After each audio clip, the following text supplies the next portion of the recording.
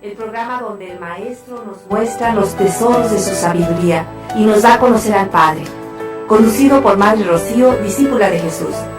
Divino Maestro, contemplando el rostro de Jesús en nuestro andar. Iniciamos. Abre las puertas de tu corazón y pídele al Señor que hoy te redime. Les saludamos con una gran alegría. Soy la Madre Rocío Arias, discípula de Jesús, en su programa Divino Maestro. Y estamos viendo, hemos estado durante algún tiempo y de verdad muy hermosa, la exhortación apostólica de Santo Padre Francisco, Evangelii Gaudium. Estamos en el capítulo 2, que se llama En la crisis del compromiso comunitario. Este capítulo 2 va desde el número 52 hasta el 75. Así que estamos en el capítulo 2, que se denomina el Santo Padre, en la crisis del compromiso comunitario, Y bueno, hemos estado un poquito revisando algunos desafíos culturales. Estamos en el número 61 y hemos visto cómo estos desafíos, pues los estamos enfrentando todos estos desafíos que va desde una cultura predominantemente, ¿sí? que está, sobre todo, tiene el mayor interés en lo visible, lo superficial, lo provisorio, lo rápido, lo superficial, ¿sí? Entonces, esta es parte de la cultura. Y bueno, pues nosotros también vemos que la fe católica de muchos pueblos se enfrenta hoy con el desafío de la proliferación de muchos movimientos religiosos, ¿sí? Muchísimos movimientos religiosos y en muchas ocasiones tendientes al fundamentalismo. Y también yo quisiera aquí como agregar también de parte de nuestra cultura aquí en México, y que es algo nocivo, algo terrible, algo que está devastando, es la devoción a la Santa Muerte. Y eso nos estamos enfrentando nosotros aquí en México. Esto debemos nosotros agregarlo a todo esto que estamos viviendo. También sigue hablando en este punto de la secularización. Y aquí es donde nosotros vamos a comenzar, ¿verdad? El proceso de secularización tiende a reducir la fe y la Iglesia al ámbito de lo privado y de lo íntimo. Es decir, esto es una realidad. Hemos vivido un proceso de secularización, ¿verdad? Que ahora estamos ya nosotros viendo que está creciendo, de tal manera que ya lo que es el ámbito de la fe, de la iglesia, de lo espiritual, ¿sí? Ya se guarda para lo privado, para lo íntimo, ya no se da testimonio. Ya aquellos que se dicen cristianos y aquellos que se dicen cristianos católicos ya no lo confiesan en público. Muy pocas veces encontramos a alguien que lo diga y que lo diga con todas las palabras, ¿verdad? Yo soy cristiano católico. Entonces vemos cómo este proceso de secularización va creciendo más y más, ¿sí? Además, el negar toda trascendencia ha producido una creciente deformación ética, un debilitamiento del sentido del pecado personal y social. Es decir, cuando nosotros negamos la trascendencia, ¿qué quiere decir esto? Cuando nosotros pensamos que solamente vivimos para este momento. Entonces, cuando decimos, pues, ¿cuál es? Así como que dice la palabra de Dios, pues comamos y bebamos, que mañana moriremos, y se acabó todo. Yo simplemente me quiero imaginar. No lo vivo, ni en mi vida lo siento tan fuertemente, porque todo mi ser, mis genes, mis células, todo grita que soy eterna. Por supuesto que soy eterna, y no mi cuerpo físico, sino mi alma es eterno. Todo mi ser tiende a la eternidad.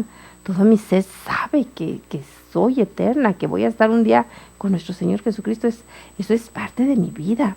Eso es parte de lo que a mí me mueve. Eso es más bien lo que a mí me mueve. ¿Sí? Creo firmemente en la vida eterna. Creo firmemente que aquellos que se fueron, mi papá, mi mamá, están vivos. Y mucho más vivos que yo.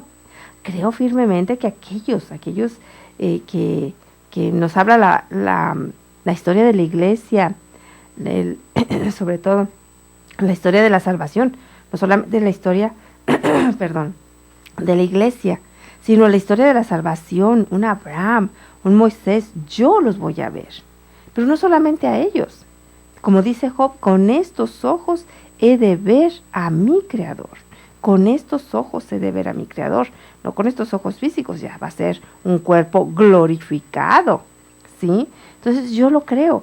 Pero entonces por eso no me puedo imaginar aquellos que no creen en la vida eterna. No me los puedo imaginar. No puedo imaginar qué están creyendo. Qué triste y qué terrible de verdad pensar que yo solamente estoy aquí por mi vida. Que si son 40, 50, 60, 80 años, pues solamente eso es todo lo que vive y se acabó. Entonces, pues por eso dicen, pues hay que darles rienda suelta a las pasiones más bajas, si es que las tienes. Habrá muchas personas, con todos mis respetos, que no creen en Dios, que no creen en la vida eterna, que no trascienden, y que de todas maneras ellos viven una vida llenos de ética, llenos de verdad de valores, porque también tienen valores, y mis respetos para ellos. Pero habrá otros que sienten las pasiones más bajas y que dicen, a mí no me importa, porque pues si yo siento eso y lo deseo, ¿verdad? No me importa porque yo no creo ni en Dios ni en la vida eterna. Entonces le dan rienda suelta a todas sus pasiones más bajas. Y digo que sus pasiones más bajas porque todas las tenemos. Porque nosotros recordemos, el hombre viejo, el hombre que fue de verdad, pues inyectado por el pecado en la caída del hombre. Así que dice así muy claramente el Santo Padre, este proceso de secularización tiende a reducir la fe y la iglesia al ámbito de lo privado y de lo íntimo. Dice, cuando negamos toda trascendencia, entonces se produce una creciente deformación de lo ético y hay un debilitamiento del sentido del pecado personal y social, ¿sí? Y un aumento del relativismo. Ahora ya nada es pecado. Es más, yo conocía personas que decían, no les hable del pecado, no les hablen del infierno, los van a traumar. Santo Dios, ¿verdad? Está como aquellas personas que dicen, no, está muy enfermo mi papá, pues llévale al padre, no porque se va a asustar.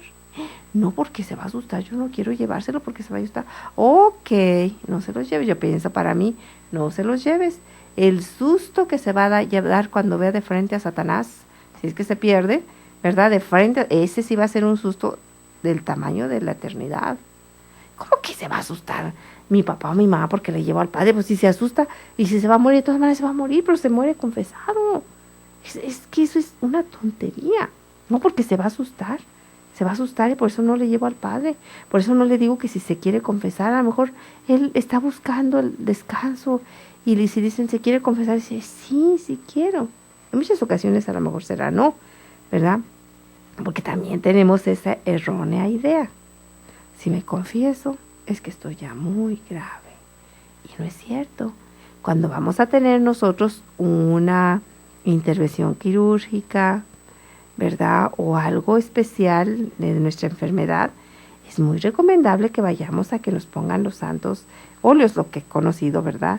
Entonces, nosotros tenemos que ir, la unción de enfermos, es más correcto decir así. Entonces, cuando falta eso, pues el sentido del pecado no existe. Pues le ponemos mil etiquetas, pero ya no le decimos pecado. Pero ya a mí siempre me gusta poner este ejemplo. Si yo tengo un veneno poderosísimo para ratas y yo lo pongo en una botella, no sé, de un refresco conocido, de jugo de manzana, y dice allí, ¿verdad? Dice allí en la botella, jugo de manzana. Yo le pongo el veneno, llega un niño y se lo toma, ¿sí? Lo va a matar. Lo va a matar aunque afuera diga jugo de manzana. Es más, lo va a matar aunque tuviera sabor de jugo de manzana, pero es veneno. Lo va a matar, ¿sí? Porque no importa cómo le diga yo, la etiqueta que le ponga. Lo que importa es el poder letal que tiene ese veneno. Y exactamente eso es el pecado. No importa la etiqueta que yo le ponga.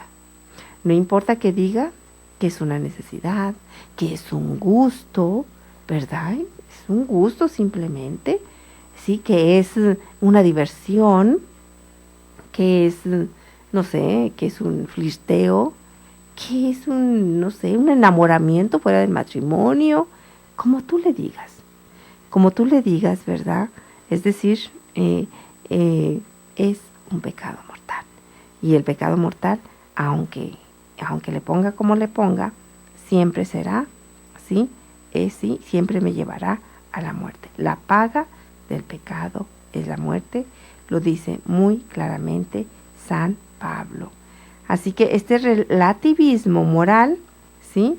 Es decir, siempre está unido a una inconsistencia, a una creencia en los derechos absolutos de los individuos, ¿sí? Y se percibe como si que la Iglesia promoviera en un prejuicio particular que interfiriera con la libertad individual. Y eso no es cierto, ¿verdad? No es cierto, ¿verdad? Nosotros tenemos una idea de libertad muy errónea, ¿sí? Pero bueno, eso vamos a verlo después de que vayamos a después de que vayamos a esta pausa, vamos a seguir con más en Exhortación Apostólica, el Evangelii Gaudium, del Santo Padre Francisco. Y bueno, pues estamos viendo el capítulo 2, que se llama En la crisis del compromiso comunitario. Vamos a esa pausa. Aumenta nuestra fe para que lleguemos a contemplarte eternamente en el cielo. Hacemos un corte y regresamos con más en Divino Maestro.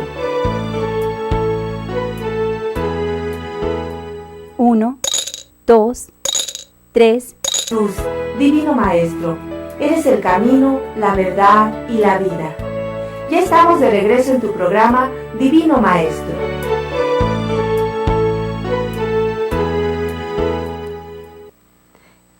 Estamos con ustedes en su programa Divino Maestro y estamos viendo la exhortación apostólica Evangelii Gaudium. Estamos en el capítulo 2, en la crisis del compromiso comunitario.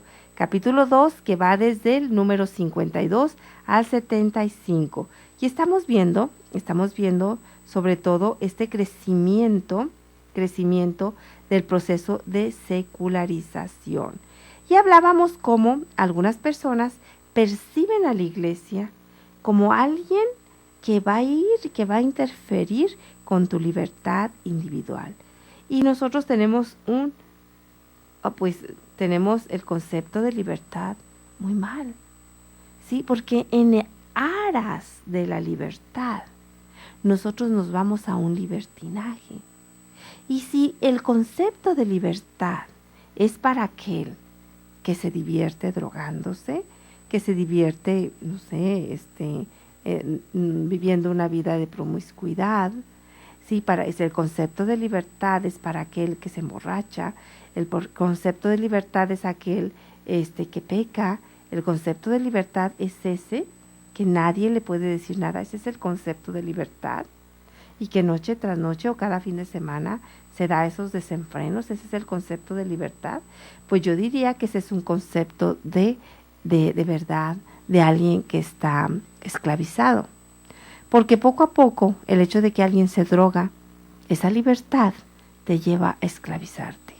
Y si alguien, un drogadicto, me está hablando de libertad, yo me río, ¿sí? Si alguien que no puede vivir sin estar viviendo en un desenfreno sexual me habla de libertad, pues yo me sonrío, porque yo digo, ¿quién es más esclavo? ¿Sí? ¿Aquel que puede vivir sin eso o aquel que tiene que hacerlo? ¿Quién es más esclavo? ¿Aquel que se droga en un afán, en aras de la libertad, o aquel que no se droga? ¿Sí? ¿Quién es más libre? Nosotros pensamos que la libertad es un desenfreno de hacer todo lo que mis instintos más bajos me piden. Y eso es una, de verdad, esclavitud. La libertad siempre me va a llevar a optar por el bien que me da esa libertad absoluta. El bien siempre me va a dar la libertad. El mal siempre me va a esclavizar. Y vamos a ver, si yo digo, yo tengo la libertad de vender droga, sí, La libertad va a seguir esa libertad. Cuando tú quieras dejar de vender droga, a ver si te dejan los que te entregan la droga y te das cuenta que ya no eres libre. En libertad, en esa libertad yo quiero ser libre y quiero vender droga.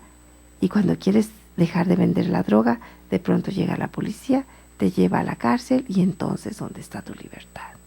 O yo quiero tener la libertad de tener relaciones sexuales antes de casarme, dice la muchacha. Yo con mi cuerpo hago lo que quiera, ¿sí? Bueno, pues entonces yo quiero ver esa libertad cuando quedes embarazada y si decides tener el niño, pues entonces tienes que dejar de estudiar para darle de comer al niño y si el joven te deja, entonces ya tienes que empezar a trabajar y ver qué vas a hacer con tu hijo. Y si tú decides malamente abortarlo, entonces vamos a ver que después de ese aborto, cómo va a estar tu corazón.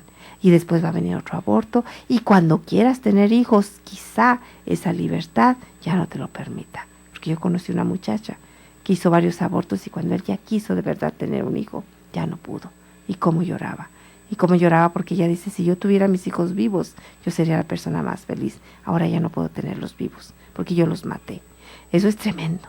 Entonces vamos a ver cuál es la verdadera libertad. ¿En aras de qué estás tú llevando esa bandera de la libertad? ¿Sí? Y aquí nos dice muy claramente el Santo Padre, ¿sí? Que las personas creen que la Iglesia sí interfiere con su libertad individual.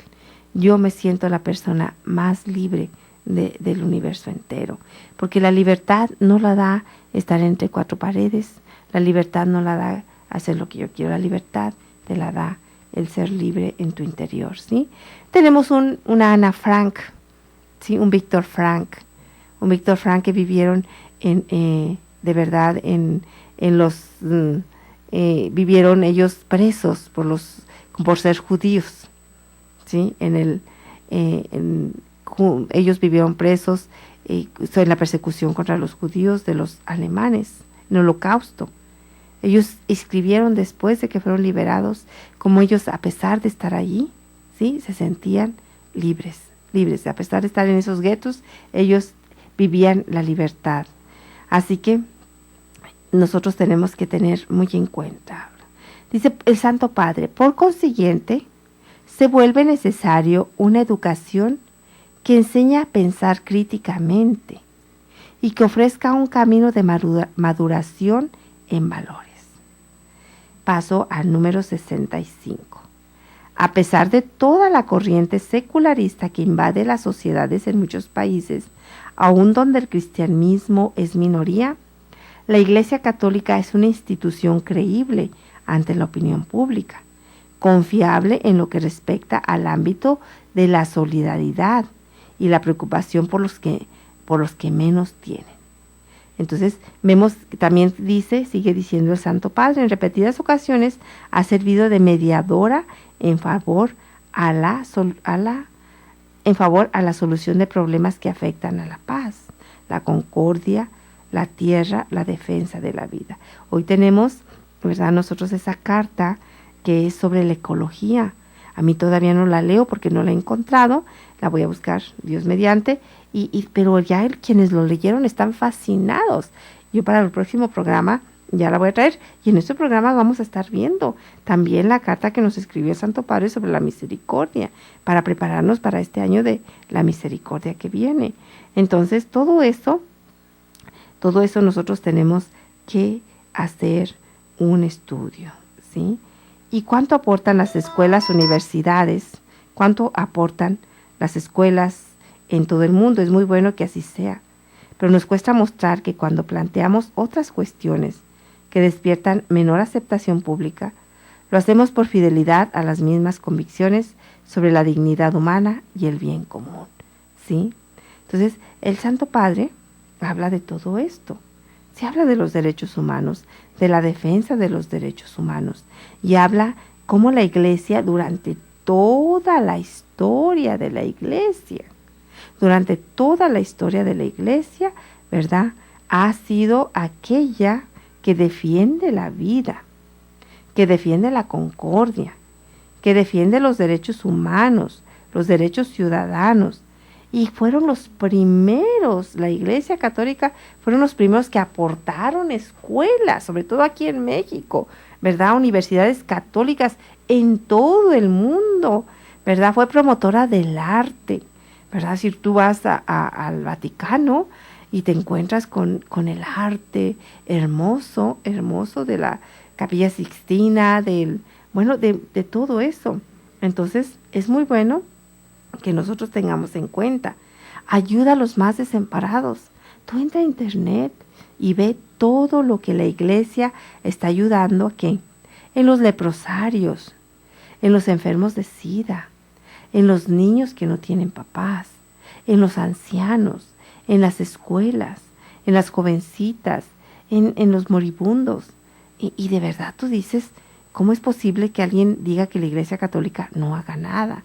Entonces, nosotros debemos de tener muy en cuenta todo esto que va en torno a nuestra cultura, ¿sí? Bueno, tenemos que también, aquellos que creemos, dice Santo Padre, tenemos que ser fieles a estas convicciones. Tenemos que ser fieles también sobre la dignidad humana y el bien común. Pasamos al número 66. La familia, empieza a hablar de la familia. La familia atraviesa una crisis cultural profunda. Como todas las comunidades y vínculos sociales, en el caso de la familia, la fragilidad de los vínculos se vuelve especialmente grave porque se trata de la célula básica de la sociedad, el lugar donde se aprende a convivir en la diferencia y a pertenecer a otros, y donde los padres transmiten la fe a sus hijos, ¿sí? Eso es algo que nosotros debemos de tener muy, muy en cuenta. Algo que nosotros tenemos que darle una especial importancia, una especial atención. La familia. Aquí, como nos dice el Santo Padre, la célula básica de la sociedad. La célula básica de la sociedad.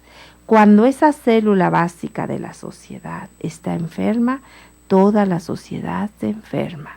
Es igual que el cuerpo. Cuando una célula del cuerpo se vuelve loca y empieza a deformarse, lo que nosotros llamamos cáncer, hay muerte. Cuando la célula básica de la sociedad, que es la familia, se enferma, se rompe, ¿verdad? Se dispersa, se desbarata, entonces tenemos a una sociedad enferma. Y el Santo Padre nos habla para que nosotros pongamos una atención especial a esa célula, es decir, a la célula de la familia.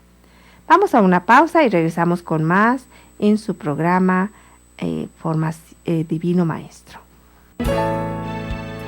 Aumenta nuestra fe para que lleguemos a contemplarte eternamente en el cielo. Hacemos un corte y regresamos con más en Divino Maestro.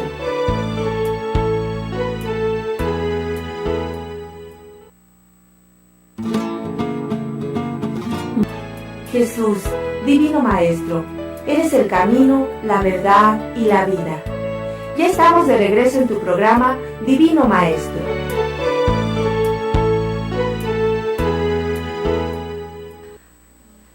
Y regresamos con ustedes en su programa Divino Maestro. Les recordamos que estamos viendo, un poquito meditando, sobre la exhortación apostólica Evangelii Gaudium de Santo Padre Francisco. Y estamos en el capítulo 2, en la crisis del compromiso comunitario. Es decir, el Santo Padre hace un estudio de decir, ¿por qué estamos en crisis en la vida comunitaria? Porque ya no hay compromiso para la comunidad. Y yo también digo, ¿verdad? No solamente es la comunidad cristiana, católica, sino las comunidades también las comunidades, todas las comunidades, ¿verdad? Están en crisis en el sentido de que ya no hay mucho compromiso. Sí, por ejemplo, en las comunidades de las religiosas, los religiosos, ¿verdad? En muchas ocasiones dicen que estamos batallando, quizás sí, ¿verdad? Pero también vemos que otros institutos están floreciendo, están llegando muchas vocaciones, gracias a Dios, ¿verdad? Pero en lo general sí hay una crisis de compromiso, ¿sí? No nos gusta comprometernos, no nos gusta de verdad tener un compromiso. Y luego habla ya el Santo Padre de algo sumamente importante. La familia también atraviesa una crisis cultural profunda, ¿sí? Como todas las comunidades y vínculos sociales, en el caso de la familia, la fragilidad de los vínculos se vuelve especialmente grave, como ya decíamos. La célula básica, y antes de irnos, pues hablamos de si esa célula está enferma, entonces toda la sociedad está enferma, porque la familia es la célula básica de la sociedad. Y nosotros tenemos bien claro eso. ¿Por qué? Yo recuerdo muy bien en una ocasión hace algunos años que Monseñor Daniel, no recuerdo su nombre, su apellido, ¿verdad? Esta es una persona que vive, un sacerdote que vive en el Estado de México, y nos dio unos temas y nos hablaba de la realidad. Fíjense, hace algunos años que ya estaba comenzando, o ya estaba también en todo su apogeo, lo que estamos viviendo de esta inseguridad. Y nos decía fuertemente, ¿verdad? ¿Quiénes son aquellos que están secuestrando? ¿Quiénes son aquellos que son denominados secuestradores, o que están matando, que venden droga, o que son parte de los cárteles, como se llamen, cualquier nombre que ustedes le den, y que son muy conocidos todos esos cárteles, ¿verdad? ¿Quiénes son? Jóvenes. No ves un anciano, rara vez ves a un hombre maduro. Casi todos ellos son jóvenes, sino por decir jovencitos. Entonces, esa generación, ¿quién la hizo? Y en esa ocasión estábamos pues gente de todas las edades, también había jóvenes, pero también en mucha mayoría estábamos gente ya madura. Y entonces dice, tú y yo formamos esa generación. Y cuando dice tú y yo para mí fue como un dardo que me cimbró, y que dije, nunca me había dado cuenta que yo formé esa generación. Y es cierto, yo formé esa generación porque yo soy madura, ¿sí? Entonces, un jovencito, un adolescente, pues yo lo formé. Y yo lo formé con mi oración, con mi testimonio, con mi vida, con todo. Yo no estoy diciendo que yo tuve un hijo y que yo lo formé, pero tuve sobrinos, pero también tuve amigos, también, es decir, y aún con mi propia vida yo lo formé. Entonces decía, esto que estamos viviendo, esta generación, nosotros la formamos, nosotros la creamos. Hay un tema que me gusta mucho, que damos en las comunidades de alianza, lo hizo el Padre Pablo, y dice la generación robada. Y eso está tremendo, la generación robada, ¿sí? Nos robaron esta generación, ¿verdad? No digo que toda, tampoco, no quiero ser tan fatalista, pero sí, de verdad, esta generación tú y yo la formamos o la deformamos, ¿sí? Lo que estamos viendo es cuando la familia empezó a flaquear, cuando el consumismo se fue haciendo cada día más y más y más grande, de tal manera que tuvo que irse a trabajar la mamá y no le quedaba otra, más que tuvo que también ponerse a trabajar. Y cuando la mamá empieza a trabajar y deja su casa sola, empieza a tener la familia toda esta problemática que ya conocemos. No estoy culpando a la mamá porque no le quedaba otra. No le quedaba de otra, pobrecita mamá.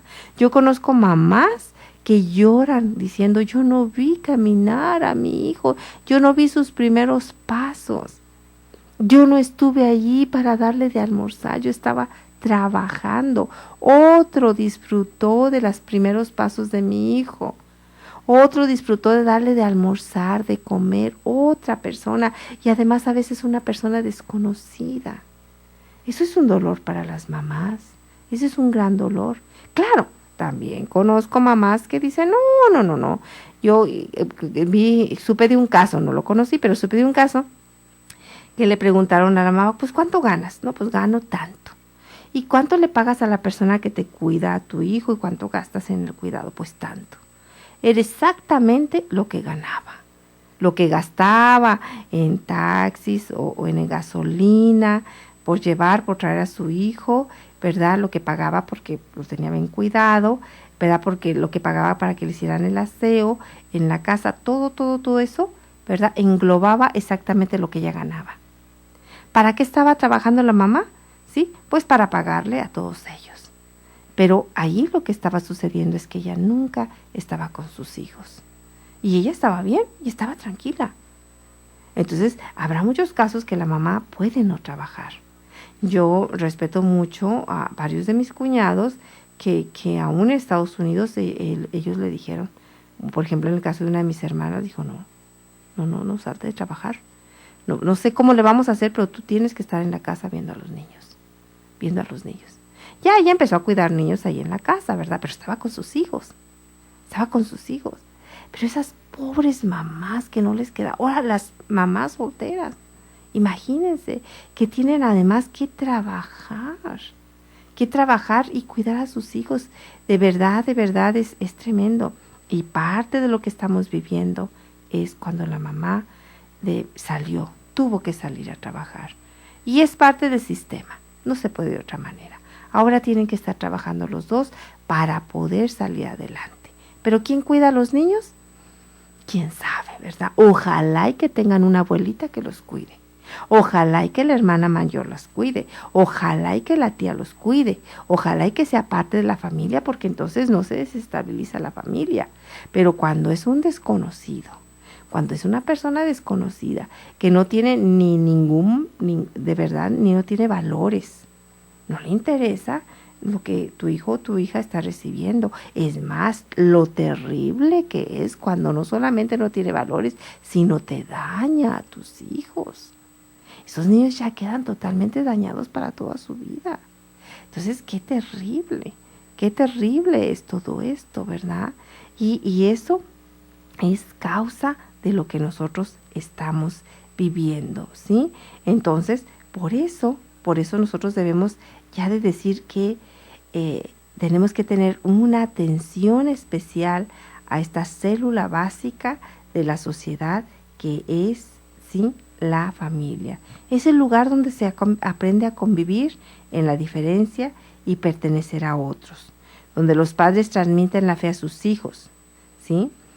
Entonces dice Santo Padre, el matrimonio tiende a ser visto como una mera forma de gratificación afectiva que puede constituirse de cualquier manera y modificarse de acuerdo con la sensibilidad de cada uno. Híjole, esto es tremendo. Dice que a veces se ve el matrimonio como una mera gratificación afectiva. Sí, y así es. Llena de sentimientos, la pareja se casa. ¿Por qué? Porque siento que lo quiero, siento que la quiero, y no está mal, no estoy diciendo que esté mal, eso es algo que debe de ir, pero también deben de tener la conciencia quienes se casan, se juntan ya ahora, es decir, quienes van a formar una pareja o un matrimonio como debe de ser, de que ellos tienen la capacidad de crear una verdadera familia. Y aquellos que son un matrimonio, debemos de educarlos. Y ellos mismos, jóvenes, tienen que tomar conciencia de que Dios les ha llamado no solamente a unir, ¿verdad?, sus amores, que eso es muy hermoso y así debe de ser, sino a crear una familia. Es decir, una familia con valores, una familia donde se glorifique a Dios, una familia con todo lo que eso implica. Porque si no, entonces solamente se unan dos personas por la sensibilidad de cada uno. Siento que te amo. Y ya pasan los meses, pasa quizá un año, y entonces ya no siento que te amo, entonces voy a buscar otra pareja. Y eso no es así. La familia, Dios la constituyó, ¿sí?, para ser precisamente la célula básica de la sociedad, y la constituyó ¿para qué? Para protección para ciertamente también gratificación, eso no lo quita. El placer que Dios ha dado al engendrar a un ser humano, Dios lo ha dado, y así debe de ser. Y la gratificación de la unión de un hombre y una mujer es real. Yo no estoy en contra de eso, ni estoy diciendo que está mal. Estoy diciendo que además de eso, de esa gratificación, debe de tener conciencia que están llamados por Dios a ser una familia, una verdadera familia, el plan de Dios. Vamos a una pausa y regresamos con más en su programa Divino Maestro. Aumenta nuestra fe para que lleguemos a contemplarte eternamente en el cielo. Hacemos un corte y regresamos con más en Divino Maestro.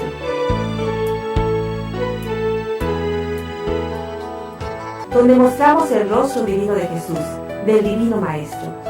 Jesús, Divino Maestro, te adoramos presente en la Iglesia, tu cuerpo místico y sacramento universal de salvación. Gracias y Dios te bendiga. Abre las puertas de tu corazón y pídele al Señor que hoy te revista. Estás escuchando Koinonia Media. No le cambies, enseguida volvemos.